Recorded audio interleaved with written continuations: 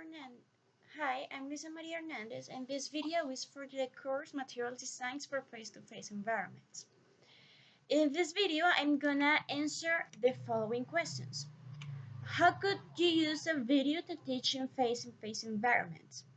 Well, videos are an amazing tool for teaching overall, not only on face-to-face environments, but also on distant environments. Since the question is focused on how to use it in face-to-face environments, I would say that it I would use it in a class to show up or to explain some kind of concept in a different way.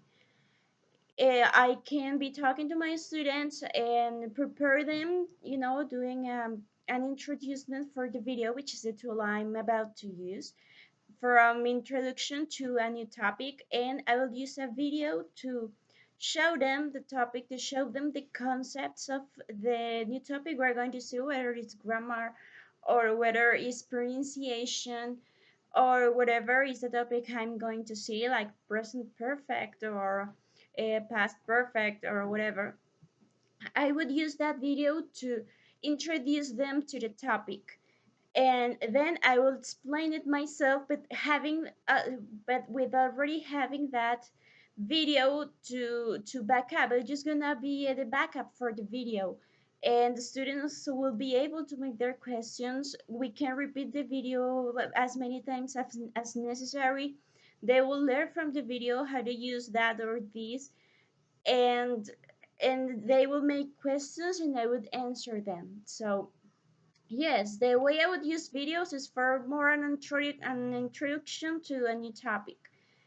Uh, Second question, what language skill would you practice by using this tool in face-to-face environment classes, and how would you do it? Well, there are many ways I can use a video. Not only as introducing a new topic, as I said before, but I would use it as practice as well. For example, if I want students to improve their listening skill, I will show them some video and ask them what the video was about.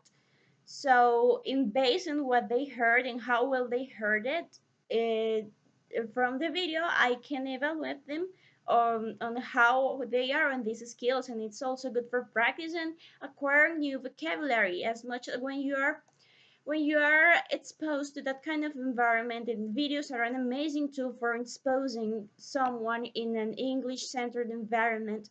If we use that tool for that purpose, even not even in a conscious way, also in an unconscious way, we can be constantly acquiring new vocabulary and speaking skills, and even from the speaking skill, knowing how to pronunciate this or that word, it will make me improve my pronunciation for from what I heard. So I can use what I hear and trying to imitate it in my pronunciation. And not only I would use videos for their purpose. That we also have different kind of videos. We can find movies, we can find karaoke, the music videos, etc. Videos when you explain when there are people explaining some concepts. Funny videos of comedy, tragedy, action videos. So I can find that kind of so I can use those tools to enhance different skills from students. For example, it's a good idea to use a karaoke to practice the pronunciation and the students. That it's an amazing way to exercise that skill. So yeah, I would use them for listening, vocabulary, and pronunciation overall. And how would I do it? As I said before, I would use just asking them to choose a song and to sing it, and having fun while doing it. No matter how good or how bad they are going to do it, but it's good for them to lose the anxiety for speaking out in a different language without no fear of making mistakes, because that's what the class is about. So when we are using karaoke for that purpose, They will be practicing their pronunciation and yes, making mistakes and stuff, but they will be also having fun and learning from it. See, name three advantages and three disadvantages of using videos in face-to-face environments. Well, advantage. The first one is that it is a tool that draws a student's attention, so this motivation can be used for learning.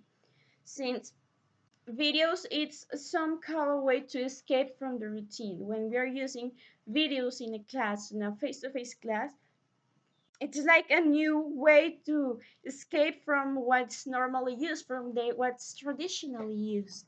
So yeah, it calls attention, it draws the students' attention, and that will make them motivated to to actually pay attention what is happening within the video, and that's motivation, and we can use that motivation to learn when obviously when it is well used. But when it is well used, we can use that motivation for them to learn the topic we are teaching. Secondly, is that no video is similar to the other. So this wide repertoire of topics and the uniqueness of each one uh, makes the class always inventive and never boring.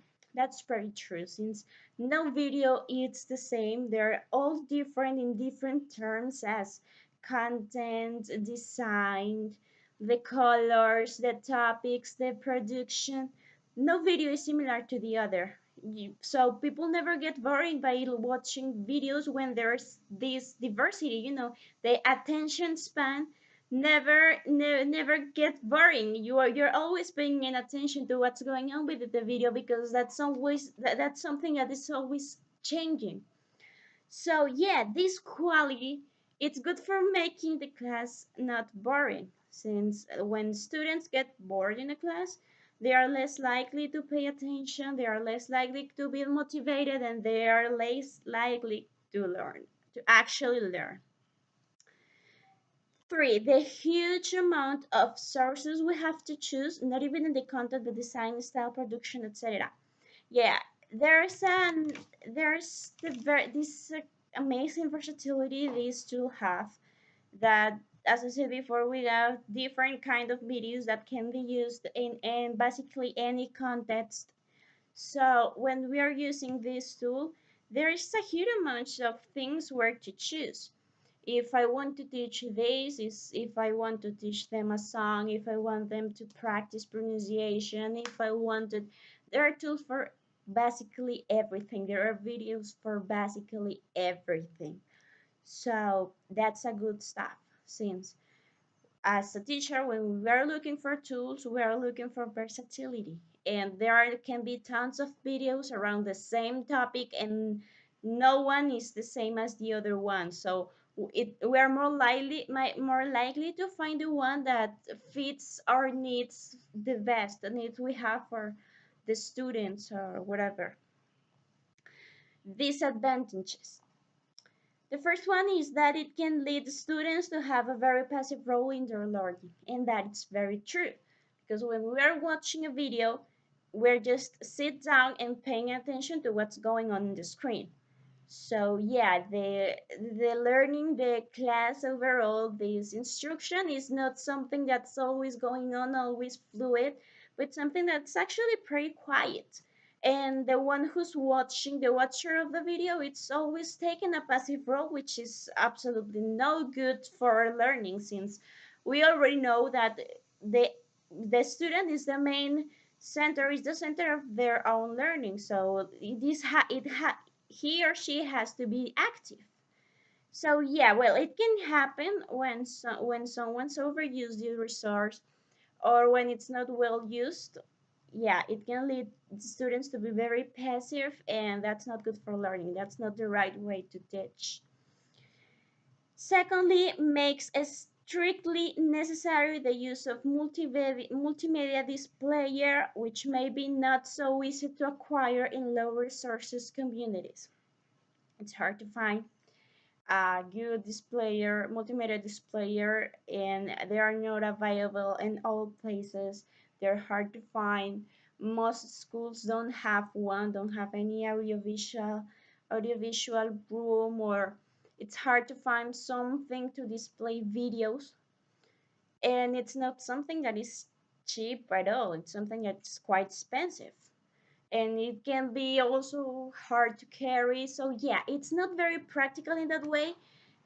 I'm talking about for low resources places, because of high resources, well, it's that's not a problem at all. So yeah, this is not a tool that is very versatile in that way. It's not a tool that everyone can use, but only the ones who got the luck to have the enough resources to take advantage of it. And lastly, can be easily confused as a face-to-face interaction replacement. Videos do not replace teachers. People tend to think that we can learn only watching videos, and that might be true. We can acquire new concepts, but that's different from actually learning, because learning is a social process. It's a social in that requires social interaction. And while you're watching a video, it's only you the one who's watching. Yeah, there might be someone on the other side of the screen. We're watching an actor, we're watching someone who's doing something in the video, but it doesn't implicate that, it doesn't mean that that is social interaction.